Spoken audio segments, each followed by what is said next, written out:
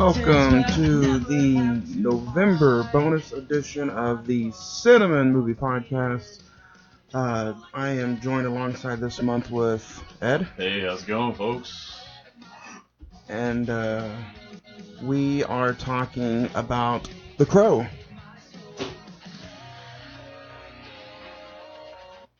Sorry, we were having some technical difficulties there. So, I do think that this movie is kind of, this is a different introduction. This is different from last month's Joker episode, even though I found a lot of similarities. Well, I would say some small similarities. I can't talk today. Oh, you good? But the way he acted in this movie is very Heath Ledger-like. But we're gonna get there. We're gonna touch on that. I am Juan, and this is the Cine-Men movie podcast. Happy November as we come to you on a Throwback Friday, November the 1st, for this episode. And man, we're covering The Crow, and from 1994. So we just finished the 25th anniversary of The Crow, which was on the 26th of October. Mm-hmm. So with this movie being out 25 years, for all of you out there listening, you can catch this movie at probably any local theater this month because it is the 25th anniversary, whether it be last weekend or this weekend. This movie, I'm not gonna lie, it had me on the feels. I want to ask you, the last month I had Zach on for the Joker episode. This month we were gonna kind of do like a holiday Thanksgiving kind of movie, and all of a sudden, honestly, just a few, probably 6-7 days ago, I saw that this was the 25th anniversary, and I'm sitting there looking, and I'm like, man, we have not covered this film, and I'm looking at what kind of following this movie has. Yeah. And this movie probably has as big a following as any cult classic that we've done. Easily. And we've done movies like Killer Clowns from Outer Space. We just got done doing Hocus Pocus last week. Sleepwalkers. But I mean, one of the bigger differences about this one that has the cult following is this actually did pretty good at the box office. Yeah. Speaking of box office, it did $50 million at the box office on just a $23 million budget. Which I'm going to point out that if Brandon Lee hadn't have passed, it would have only been roughly 15-16 million. They said they had to spend $8 million to go and redigitally do a lot of different stuff. Well, he already had all of his stuff pretty much. Except for like the basically the few first scenes before the character of Eric Draven gets killed. Yeah, from what I've seen is that the only stuff he didn't really get to film was his dream sequences. And in the movie, they're not really dream sequences, but they're like the flashbacks. His flashbacks. But man, let's talk about it. The Crow debuted May 13th on 1994, mm-hmm. and it stars Brandon Lee. It also is the comic book redo of James O. Barr's comic book, The Crow. Which, have you seen some of the illustration of that? Yeah.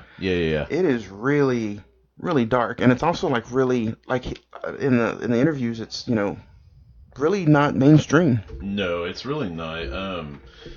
I mean, it's kind of become a little more mainstream now that the movie has came out, and then the Legend of Bruce Lee's son, Brandon Lee. Would you say that if he didn't pass away, this movie probably wouldn't be the way it is now?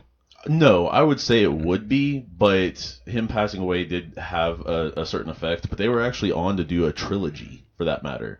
And I mean, this was before, say, like Blade or Silent Hill or whatever. This was real early in 1994. Starring the young Brandon Lee, yep. Michael Wincott, Rochelle Davis, Ernie Hudson from Ghostbuster movies.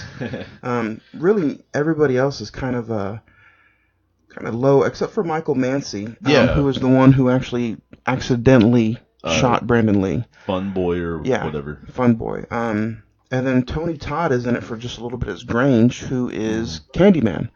So I find it really Yeah, it's kind Really, of really convenient that we're doing this movie because we've been wanting to do Candyman, yeah. but we didn't get to do Candyman. But um, I think this movie, I said it in my review, this movie is really way ahead of its time.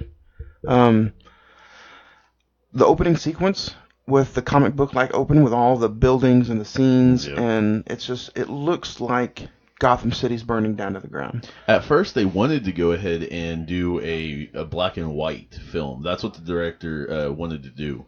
But, The you know, studio went up exactly. to it. Brandon Lee said they tried to do everything they could, even make the flashbacks, see if those could be black and white. Yeah, so that's why everybody is predominantly black and white dressed. So he kind of got his way in a way. But it's one of those movies, man. When's the first time you've seen? I mean, usually we go around table and have this little discussion about the film, but there's only two of us today, and this is just a quick 45-minute to an hour episode, bonus episode. Um, when's the first time you saw The Crow? That I remember seeing it was '02 or '03. Now, I had no idea it was Bruce Lee's son. I knew about Bruce Lee, but I didn't think he had any kids at that time because I was a kid myself. Didn't know. But I thought it was really cool. You know, I thought the girl was really cool. She skateboarded, you know, and all that. I thought he was really cool, but I was like, okay, he's kind of trying to imitate Kiss with the face paint and all that, but he got his own way. That's kind of what I thought when I was a kid. You know, because that's the only mainstream black and white face paint I ever seen at that Well, time. you said you watched know? it as a kid in early 2001, 2002. Yeah, You somewhere were around probably 11, 12 years old. there. I was going to mention this a little bit later, but somebody who actually snubbed The Crow was Steve Borden, Sting. Yeah. Sting is the one who kind of took that face paint and kind of made it a little bit more Yeah. known. And if this movie being in 1994, you know, Sting did that in 95, 96, Yeah, so 97. inspiration. So his career is hugely inspired by this movie. As a lot of people who grew up reading comic books and checking out comic book movies, in the 90s, those movies weren't really, they were non-existent almost. You had Spawn, you had maybe Blade 1 was 97, I think. Well, you had some of the Avengers stuff, but it was really bad Yeah, stuff. nowhere I mean, near mainstream. horrible. It was Yeah. nowhere near mainstream like Blade. No. I mean, not even production quality as much as that, for that matter. But Looking back at it though, this movie is really received highly by all kinds of media out there. Rotten Tomatoes gave it 82%, and IMDb sits it right now at 7.6. So this is one of those movies that it lives up to the hype. oh yeah, it definitely does. And even I don't think some of the CGI ages well, but I do think the story ages well. Because I mean, I've heard countless talks of.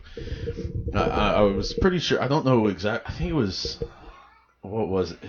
Crud, I cannot remember the site that actually leaked it, but a couple years ago I heard Rob Zombie had a script for The Crow Reborn or something like that. I hope Reboot. not. I hope if somebody does it, I don't think it needs to be redone, because looking as a '90s film, I think it's fine. I don't think it needs to be retouched. Well, they actually did do 2 or 3 sequels Unfortunately, and a game. the sequels were terrible. I think there's like 3 or 4 movies, and you can actually see it on I think Hulu. I think the sequels are on Hulu, but I know this movie is on Netflix. Yeah. So if anybody wants to go check it out, the original Crow film that we're talking about today is on Netflix. Yep. Let's talk about the death. Yeah. It was one of those things that at the time was really unfortunate. And the guy didn't really have many movies under his belt anyway, at least big mainstream movies. This was his, this is the movie that this was going to be his breakout role. And unfortunately, with just a few more days left to shoot, it was supposed to be a blink, or it wasn't. It was supposed to be like the blink is actually what killed him, though. Well, it is, but it's not. Okay, so basically the prop master, and I just went on to read into some of the actual documented autopsy. This movie was actually even kind of cursed a little bit before he got killed, because Ernie Hudson had to take off and leave really quickly because he had a death in the family. Well, not only that, but James O'Barr himself, the comic book writer and all the creator of the character, basically based this off of losing his girlfriend. Yeah. To a drunk driver, if I'm not mistaken. And he kind of gone off that. But yeah, it definitely is a cursed movie. At least what's said to be. Now, to my understanding, the prop master didn't do his job. I don't know the prop master's name or whatever have you, but the prop master did not do his job. Apparently, there was a gun that they used and basically didn't clean for a couple weeks. Now, don't get me wrong, if you're firing projectiles, as in live rounds, It was a it's not going to model. matter. It was a model 6.29 revolver that was shot 629. at Brandon Lee. But what happened was after a while, there was one. Okay, after a while, dust builds up in there, or gunpowder dust. On top of that, the guy basically had to super glue a round in there to show that there was a round being shot out of it, and this was supposed to be a dummy round. He glued it in there, and he basically had to scrape it out. Okay, apparently he put the actual blank, which can have a 20, depending on the firearm type. Shotguns can have up to 50-foot range. A pistol usually 10 to 25 feet range. Can So actually you're kind of hurt. you're Yeah, kind of a gun guy. A model yeah. 6.29 revolver. That's a pretty big gun. 44, 40. I mean, don't get me wrong. It depends on the model, And but yeah, it was shot about 12 feet away from him. yeah. He honestly, even if it was a true blank, 100% clean, perfect done. Even if it was a true blank, it probably could have singed his clothes. I mean, in all honesty, because I mean, okay, He went under you surgery know, for 6 hours, yeah, and then he finally passed away on March 31st, 1993, at the age of just 28. our And age. yeah, it's really unfortunate. It's really sad. But let's take a moment and just really dig into this movie and just talk about it as far as what it has done for the movie industry, the comic book movies. This was one of its, everybody is praising the Joker right now for being a rated R comic book movie. And this was the first of its kind. It was rated R. It was, early 90s, and it Dirty, was gritty, really gothic. gritty. I don't think this movie can be done, given the circumstances today, the way it probably should be done. I know there's a lot of talk out there that somebody like Jason Momoa should play the Crow, and they've been trying to get this thing off the ground for a long, long time. There's a reason it's not going to... It shouldn't happen. Let's just say that. Out of respect for the actor, out of respect for the crew. I mean, it's kind of like, has the Wizard of Oz been truly redone? You know what I mean?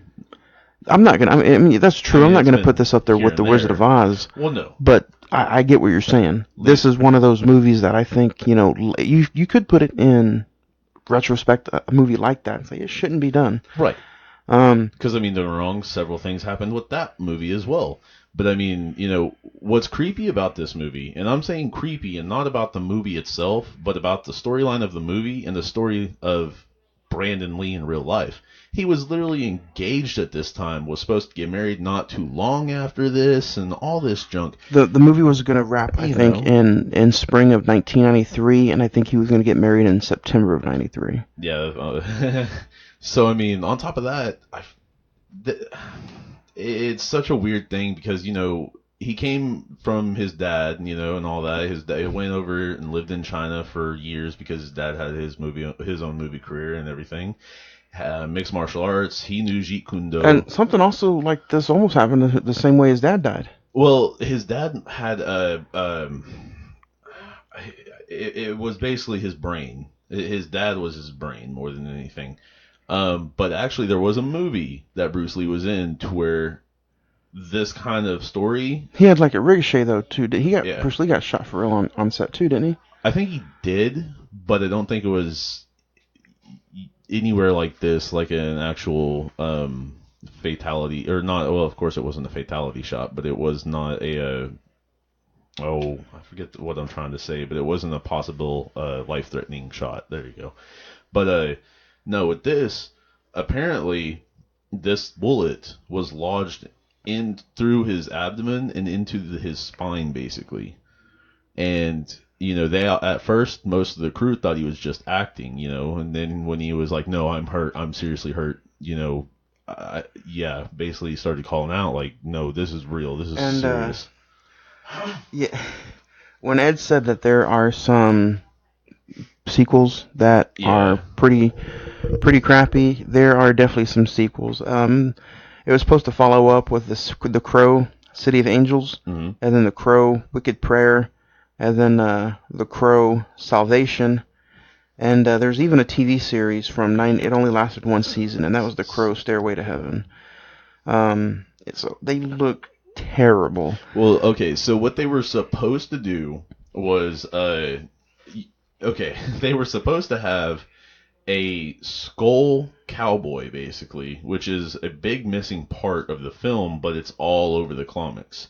Because, okay, the little girl narrates the movie. You know what I mean? Narrates, oh, this love and that, and da da da da.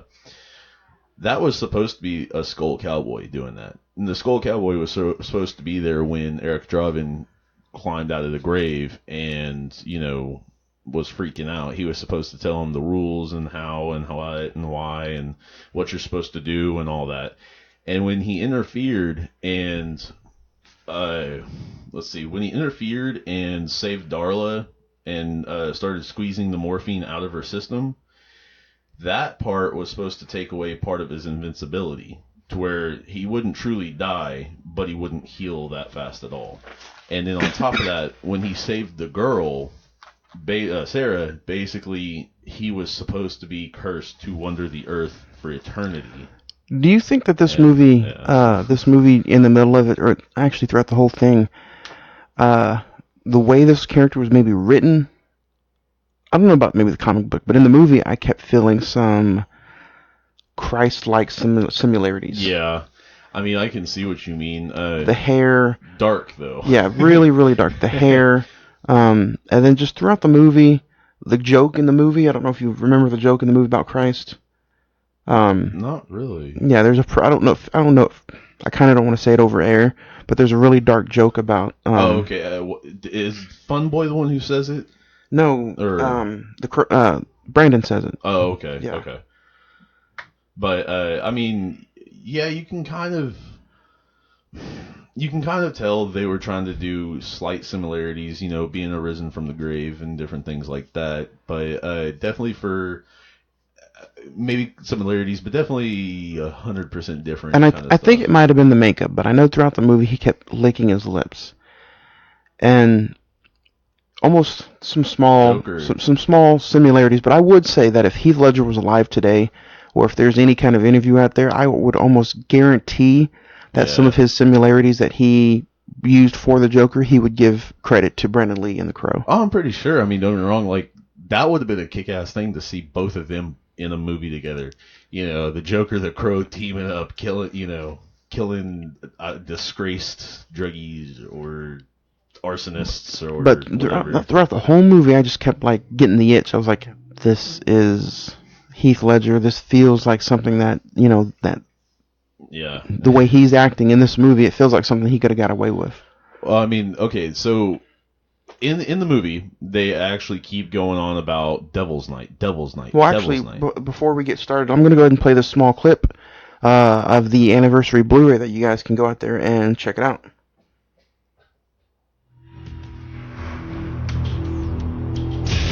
People once believed that when someone dies, a crow carries their soul to the land of the dead. But sometimes, just sometimes, the crow can bring that soul back to put the wrong things right.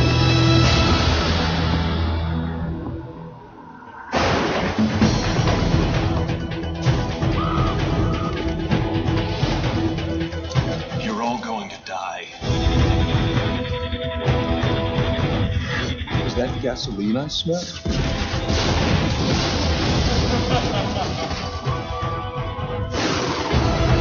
Victims, aren't we all?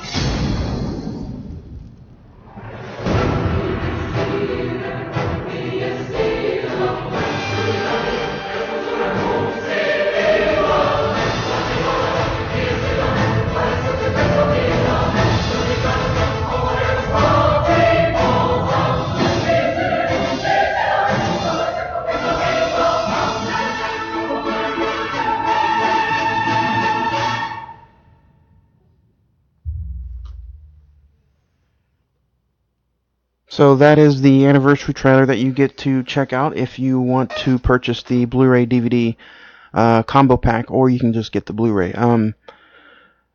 Wow. See, a lot of that line was supposed to be specifically for a character called Brendan- the Skull Cowboy. A lot of those lines, at least. And Sarah, she was still in there, but she was... What are you talking about? Okay, so from the comics, the Skull Cowboy is more of the narrator of the actual story. So those words or those lines that Sarah, the little girl, was saying, was kind of thrown in there afterwards. Because they were, like I said, they were supposed to do a trilogy, and basically once he saved Sarah, basically the cowboy was supposed to kind of give up on him and say, you know what, you interfere too much, you're too emotional, you're doomed and cursed to walk the earth forever. Yeah. And the thing is, they replaced that character with Sarah as the narrator more than anything, because this was kind of more ish. You kind of get the feeling that they had to change a few things, and it's half her story and half his story. You know what I mean? In the movie? Yeah, because I feel like you're going through his story, but you're going through it with her perspective on top of. You know what I mean? Well, it's his story, but it's also mixed in with the way it impacts her life. Yeah. Because throughout the whole movie, you see how her life is impacted through the death. Yeah. You see how her life is impacted through making friends with cops. Yeah. You see how her life is impacted with the way her mom does her life and the way she works her work and does stuff like that. So throughout the whole movie, this little girl is impacted through the entire film, from the start all the way to the end. Literally. Yeah. And one of the scenes that stand out to me is the scene where Brandon Lee starts putting on the makeup. Yeah. And he spreads it on, and the crow, like the bird itself, is his gateway through not only life and death, but helps him get his revenge. Yeah. I will say, for it being kind of a dark film, it does have a really good. It has nice humor, for that matter. I mean, honestly, like they take themselves seriously, but not too seriously. Well, I'd actually kind of differ with you. I think that this movie is very, very serious, and I don't think there's any like light standing comedy in it at all. Well, no, I mean, it's dark comedy because it's just like the one part, is that gasoline I smell? You know, it's kind of like, about to kill you, hey. Well, yeah. Is that gas? But I don't think I don't think really any of it is supposed to be kind of funny for him. I mean, maybe and that's what I like about it, because the jokes, like, they're not written in there to be in there. I think those are just maybe some impromptu lines.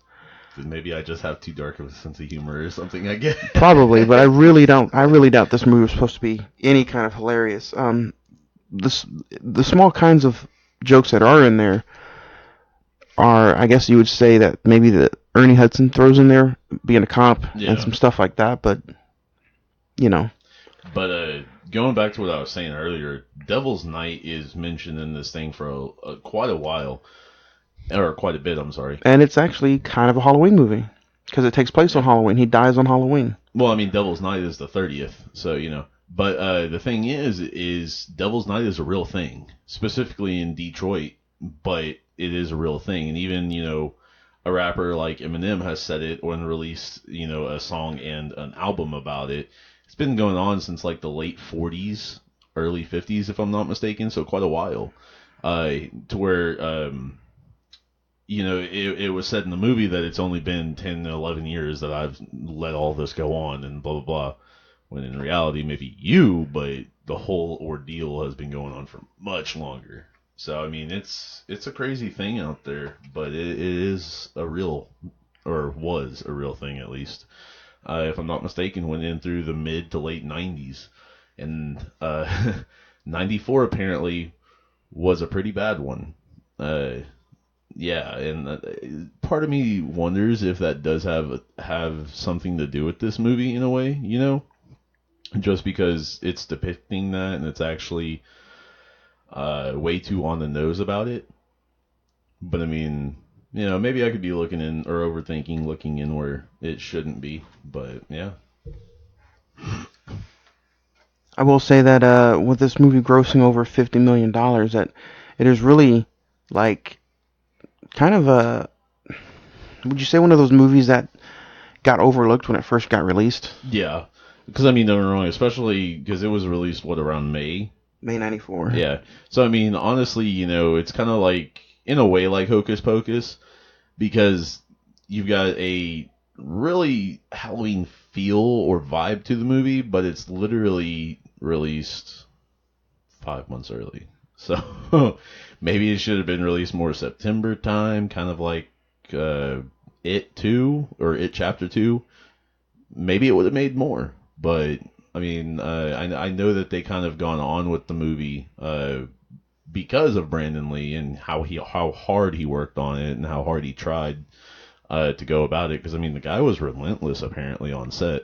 Most people said that the whole crew was exhausted. That most of them were doing 16 to 18-hour days, day in day out for weeks on end, and they said that Bruce was no slouch, or Brandon was no slouch. They said that he literally, was highly into the choreograph of the stunts and, the props and different stuff like that. He was trying to learn how to use and do and all that. Because I mean, he was a martial artist, of course. I mean, he was trained partially. Most movies in that time though, even today, still you only have like 18 to 20 days to shoot. Yeah. Or that's going to cost you like millions of dollars. Yeah. So and that's kind of how it goes. I mean, you got to have those 12, 13, 14-hour days.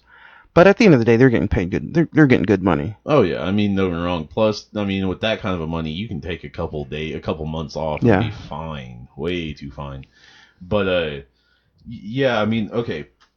So if you go in, what's funny about the crow, the actual bird? It's not a crow, it's a raven. Yeah, and it's actually in every single movie. It's in all. Magic is the name of the crow, or the raven, I should say, or the crow. But yeah, its name is Magic, and it's the only character. What's the difference between a crow and a raven? Not much. They're about the same kind. I think a crow is bigger. I think, like maybe 20% bigger. I'm not sure, but yeah, they're basically. I mean, they're kind of both scavenger birds. So, but no, yeah, that's the only. It's kind of funny. That's the only character to literally come up through every single The Crow movie is Magic the Raven. So. Which actually, in Stairway to Heaven, the series of The Crow, Eric Draven was actually in was the name the Crow or whatever you want to call it in that, the character of the Crow in that. So they used 2 or 3 different ones in the others, if I'm not mistaken, and they kind of had their own little story and background and all this junk to them and why they were resurrected and brought forth and all. What do you think of this movie? Do you like it? I love it. I love this movie. I think it's an amazing movie. I'd go so far as to put it up there with like Donnie Darko in my book. A tragic.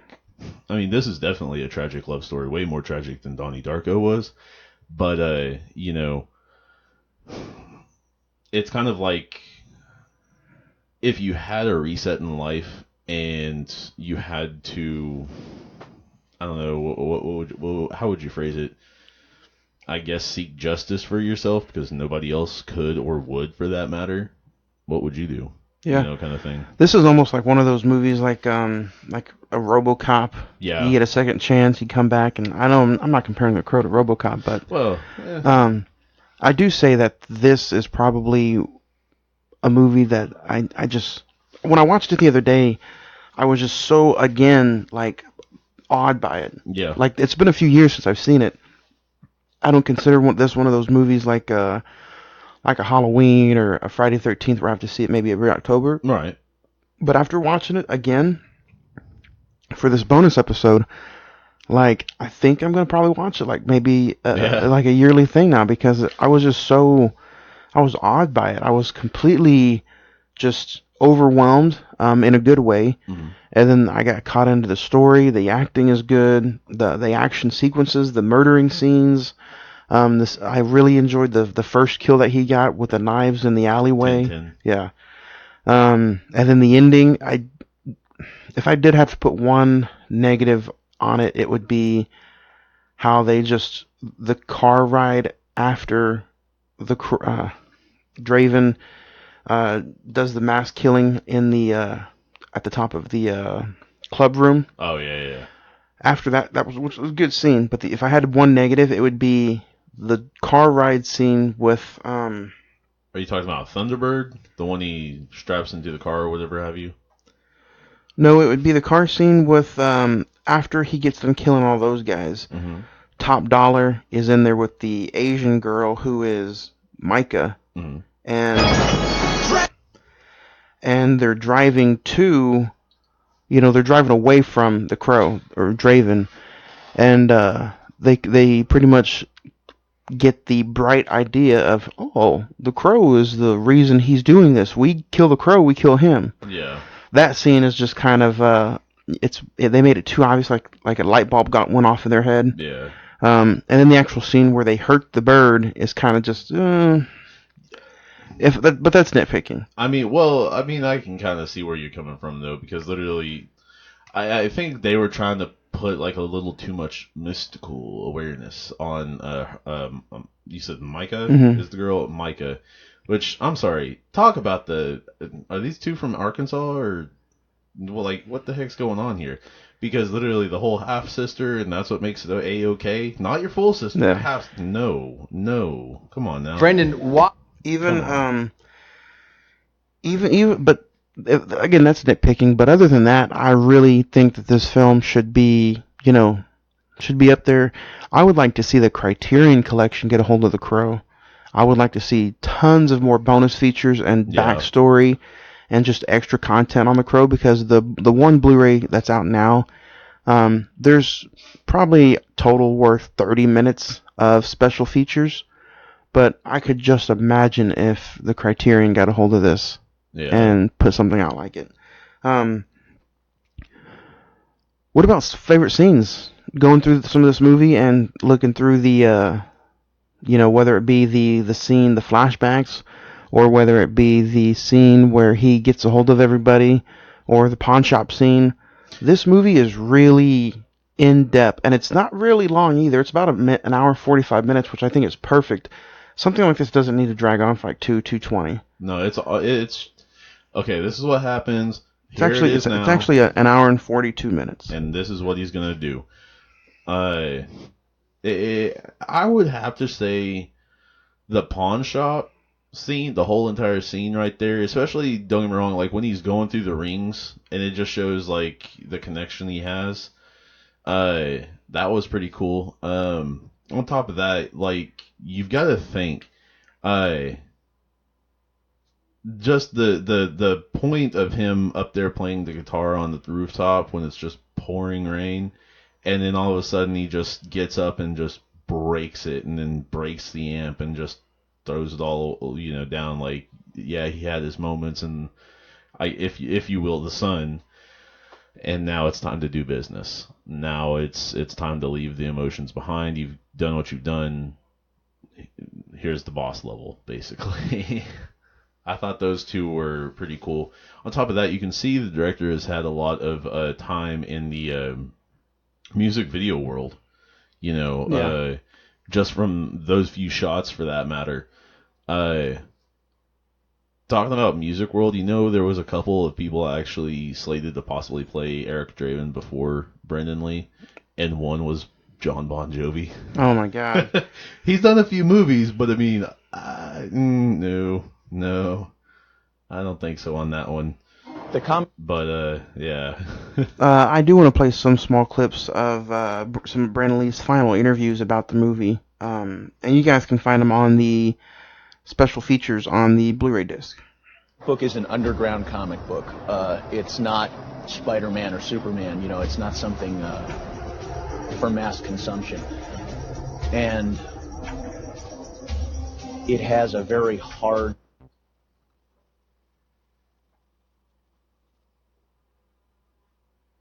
edge to it. I think that the film is quite faithful to the comic book. I hope that it is, in terms of preserving that hard edge and a certain style that the comic book certainly has. But we had the responsibility to fill in some gaps that aren't necessarily there in the comic book, because they're different mediums. You don't have to tell a cohesive narrative story in a comic book. You can do a lot with images and leave a lot up to the imagination of the reader. I would have... Looking through some of these scenes, man, I will say that the the set design and the stage design and the actual area or the actual set that the movie's filmed on, I think it's terrific. Yeah. I was kind of the only thing I did kind of think about the movie was I thought it might be like you said at the beginning, some of the stuff didn't age well. Like that's what I was thinking, but to me it aged perfectly. Like some of the music, the '90s feel, the grunge-like feel to it, almost like a Soundgarden music video. Yeah. It really did feel like something that could happen today. Yeah. I Um, mean, definitely. I mean, it could happen in the next 10, 15 years easily. even the scenes with the explosions and some of the scenes where the crow is flying through the ring that you can tell is obviously maybe some small early signs of some CGI work, but Yeah. I don't think so because I think Jurassic Park is the first film that did some of that stuff. Well, that was back in '93.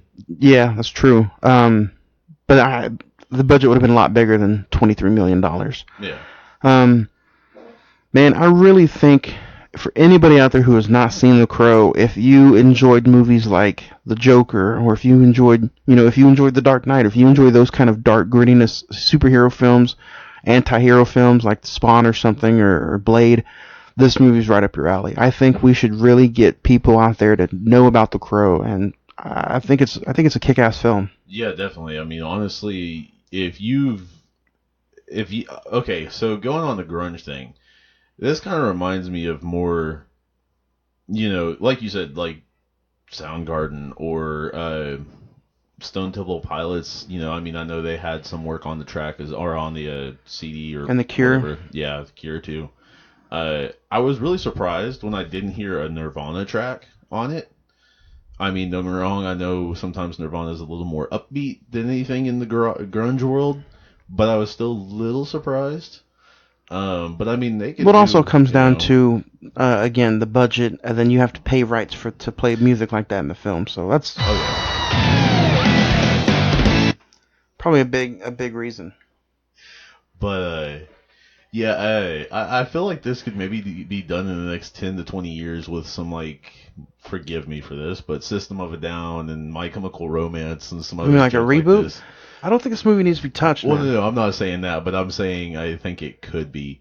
Because even if you want to go on the thing with, instead of Eric Draven's character, go on Sarah, the girl, I don't know. But I do agree. I do think it should be left alone. I do think this should be a timeless shot, for that matter. Forgive me. That was It's a classic, man. kind of a classic. I think a lot of people out there don't realize how good of a movie this is. Not really. Because a lot of people tend to stay away from the darker. Could you imagine seeing this though in '93 in the theaters, like right there, like this? And I missed my opportunity because it was my last night of work before my vacation, which I've actually started, and I'm actually getting ready to go through some of you guys' some of your recent watches.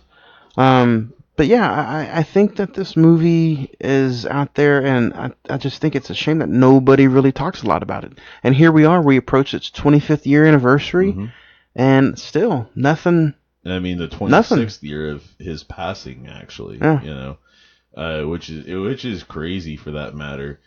Because I mean, here it is, almost literally the length of time that he was on Earth later. For now, I mean, don't get me wrong, that's crazy to think. And I mean, you kind of wonder what would have been next for him, because this was supposed to be. I mean, he had done, I forget which movie it was with Dolph Lundgren, but he had done a movie with Dolph Lundgren not too long before this. And before that, it was more like kind of like what his dad did early on. Kind of a little mixed martial arts stuff. I think he could have been somebody like a Stallone or a Jason Statham, and he could have been somebody who does his own stunts and does action movies like that. I really think that if he was still alive, he would have done more movies like that. Especially being, he already had his ties with Dolph Lundgren. So, yeah. But I mean, heck, it kind of makes you wonder, would he have done The Matrix or something like, you know what I mean? Because I mean, maybe Keanu Reeves wouldn't have been in that, and then where would his career? Well, because we obviously know that he wasn't the first choice for the Matrix movies. Right. So right. I mean, yeah. So I mean, Who would have thought if Will Smith turned it down, somebody else could have stepped in and done it besides Keanu Reeves? yeah, or even that for the Men in Black for that matter. Yeah. But yeah, there's a ton of that. But Fantasy before we finish talking up about The Crow, there's just one last interview that I want to play, and in this interview, it's one of his last clips, and he talks about the movie, he talks about love, and he talks about legacy.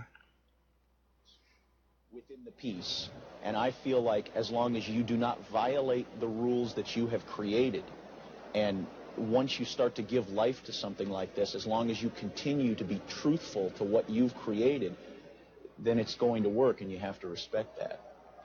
But it's a very interesting part. He had a knife, and I had taken the knife away from him, and I'm sitting on the guy with the knife, and I've got the knife pressed up against the corner of his eye, and I'm just sitting on him. So the cops come, and the car screeches to a halt, and I stand up, and I take a couple steps away from the guy, and I toss the knife out into the street, and I put my hands up over my head, and I yell at the top of my lungs, "I'm the good guy! I'm the good guy!" Was I destined to play this role?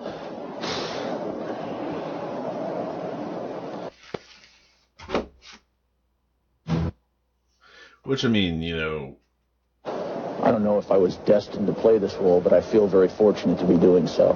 This is,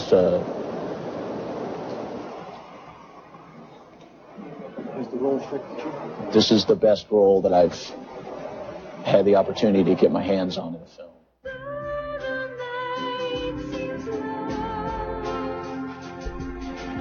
So there it is, one of his last, interviews talking about the movie. Let's end the episode on maybe something lightful, like this movie being as good as it is. If you had to give this movie a rating, what would you give it? probably a 9, to be fully honest, a strong 9. I just think that over the quarter century it's already passed, this movie is held up strongly. You can't really, I mean, the only thing the Joker performance-wise, Heath Ledger for that matter, in The Dark Knight. As in movie-wise, I don't know, look of character looks and all that. Maybe Kate Beckinsale, You mean Kate Beckinsale? or Kate Beckinsale, yeah. Oh, you're talking about the Underworld movies. Yeah, that's a pretty good comparison. Like completely different, story. Costume-wise, Right? Yeah, right. But completely different story. But if I had to, I'm giving this movie a 9. I really, really enjoyed it. I enjoyed it 10 times better than I did the second time around. I just think it's classic now. It's definitely aged very well for me. And I think it was ahead of its time. I think it's something that if it didn't happen in '94 and it happened now, I think it'd be huge. Yeah. It would be up there with, and who's to say that something like Heath Ledger's performance wasn't completely based off of this performance of the movie Crow, because we don't know what was going through Heath Ledger's mind. We don't know what he watched or what he thought about before going out there and performing the way he did. But I would definitely do those comparisons. If anybody has some time this week, if there's 2 movies you needed to watch, I would compare those 2 movies. I would compare Heath Ledger's performance and Brandon Lee's performance. Definitely. And then go check out Joker. Like, Joker's still in theaters. Go check that out. You can also check us out on the Facebook page, which is facebook.com/movie reels, REELZ 405. Or you can find us on the Instagram and follow recent watches there at just Cine-Men Movie Podcast, one word. The Twitter is Cine-Men405. And then you can check out the email. Send us some emails. We've been reading emails every Monday, which we're going to do again next Monday, and we did this past Monday. So check it out at Cine-Men, MEN 921 at gmail.com. We read them every single Monday, and then you can leave us a voicemail if you want, and we'll play that voicemail over the air at 405-590-5711. So yeah, check us out there. Ed, do you have any final thoughts, or if you had to say anything good about The Crow, what would anything else? The Crow overall is just a great movie. I mean, we've said it a few times already, but it's an amazing movie. Holds itself up against this time. I've wondered since I've kind of thought about this more, but I've wondered what would we have he'd probably be some A-lister now, like up there with Leo and Brad and Tom Hanks and everybody like that. Maybe not in the same particular subject, but who knows how many Oscars or nominations he could have had by now, or even for that, But yeah, in other words, Movie wise though, like if you put this up there with some of the other comic book movies going today, I mean, does this when you did you rewatched it this week, right? Yeah, When just you last night. when you rewatched it, what kind of feeling did you have while you were rewatching it? Like it was almost like uncomparable to anything they do nowadays. I mean, Blade, but I mean that's only because of the dark subject matter of both. It almost is more like a vampire movie, but of course he's not a vampire. He's more of a zombie than a vampire. So, but it is almost. I mean, the only movie I can really truly and this is only because of the looks and all that, is just Underworld, and that's really it. That's it. Because I mean, it does have the kind of impromptu or whatever. It does have a little bit of humor. It does have a lot of dark imagery, but I mean, I can't really compare it to much right now. It's still kind of its own thing. So I've got to say, kudos on the pioneering ship of, at least a slightly different way to go about things. I mean, honestly. So I really, I mean, both of us here really enjoy this movie. So, I mean, out of all the bonus episodes we've done, at least me and you, Ed, we've done The Fifth Element, we've done Friday the 13th franchise, we've done Evil Dead. I would say so far this would be my favorite out of all the bonus episodes me and you have done.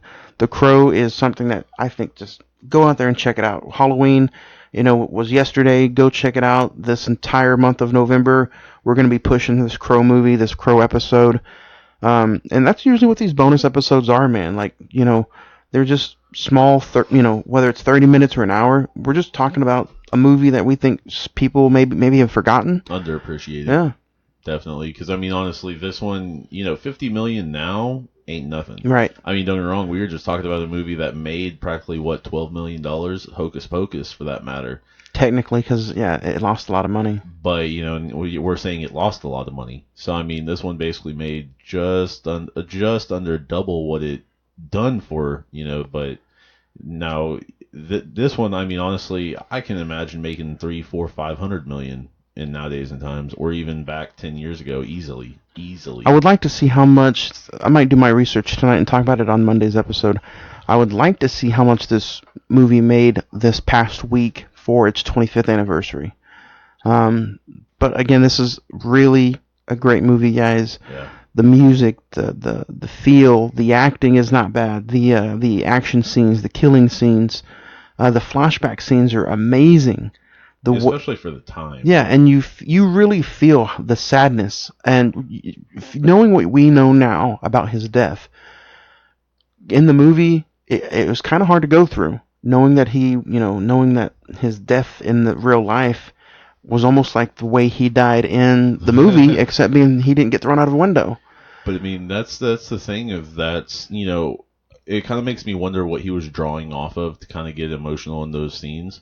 And the two things that I can think of are his dad's passing, and then if something like that happened to his real life fiance. Exactly, that's what I was about to touch on. Because I mean, don't get me wrong, he was probably like, what if I lost her? And dude, turn the tables because she lost you, bro. Yeah, and you sit back and think about it. It's really, really, really bad, really hard to get through. So, but just goes to show, every single day is a gift, and don't dote on what if, make it happen. Don't what if, make it happen. So what's that line he says in the movie about the rain will stop eventually, or it has to stop sometime? Yeah, the rain has to stop sometime, or it can't rain forever. Yeah, and apparently that's one of the songs that he had on there. So yeah, I mean, honestly, that if this movie can teach you anything, it's don't wait for a redo on life. Yeah. Make it now. Yeah. Take advantage of what you have now. Take advantage, and man, I think out of all the movies that we've done, this movie hits hard, and I think we really have to do the best we can to make this. my goal, that at least the first week that this episode is out, is I want to get somebody to watch this movie that has never seen it. Oh yeah, If easily. that's when we started this podcast, man, that was our goal. Like, our goal is to talk about movies that people haven't seen or are a little close, they've heard of it but they've never really seen. Or like the one email we had a few weeks ago that was talking to Zach about how he changed her viewing of it, and made her realize. Oh, of Dracula. Yeah, I thought then that right there, that's kind of what we shoot for every day. Well, That's, there's unfortunately there's no other way to see this movie. The way you can find it and buy it is the way you can see it. But I highly recommend it. If you have it, or if you've been, somebody's been talking to you about it, I really highly recommend you just go out and find it. if you have Netflix, hit it up. Oh yeah, there you go. That's the best way. Easy. The best way to do it. It's on Too Netflix. easy. That's how you watched it, Yep. right? Yep. Yeah. Way to save the plug there, buddy. So yeah, well, I mean, either way, whatever platform you have, whether Vudu or, I mean, I don't think it's on Hulu or. It's not on Hulu, but it is on Vudu. You can rent on Vudu, Amazon Prime, and YouTube TV for $2.99. So it's fairly cheap to just one time watch it. Or like he said, who doesn't have Netflix nowadays? Yeah. So you can check it out on Netflix for just $2.99. Exactly. So yeah, I don't really know too much of what else more to say. We both gave it a 9. Go check this movie out again. Edward, before we get out of here though, they can find the YouTube channel on the Facebook page. Yeah, you just go to the facebook.com/movie reels 405 MOVIEREELZ 405.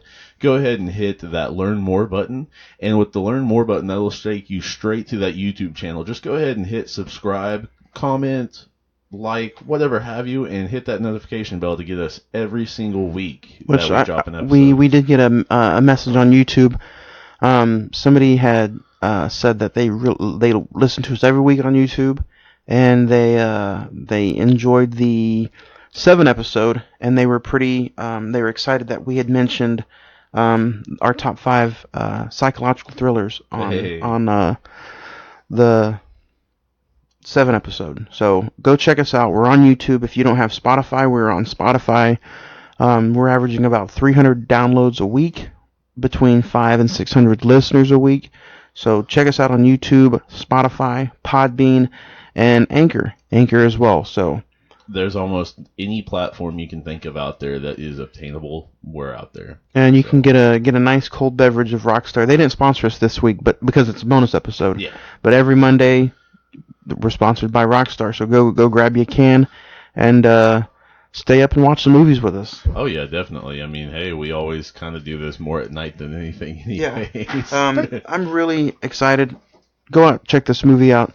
I think that might do it. But I want to get back to one more thing, is that when we started this podcast, that's all it was about, and I think we should lean a little bit more back on that, as far as like, hey, movies that we really, really enjoy, but a lot of people don't know about. Yeah, definitely, because that's the point. I mean, if you see something different, you always want to look for that Easter egg or that song that you've heard that's supposed to be on there, or your favorite actor, whether you think she's just the hottest thing or he's the biggest hunk, or you think that he just has the best facial features ever, or that she does the best lines in history. Whatever it is, get your love on with music. And this is Ed saying I'll see you on the silver screen. And then this is Juan, and I want to say thank you for listening to this bonus episode as we try to talk you into checking out The Crow from 1994, starring the late Brandon Lee. Go check it out, The Crow, Netflix it. And we will see you next time right here on the Cine-Men Movie Podcast.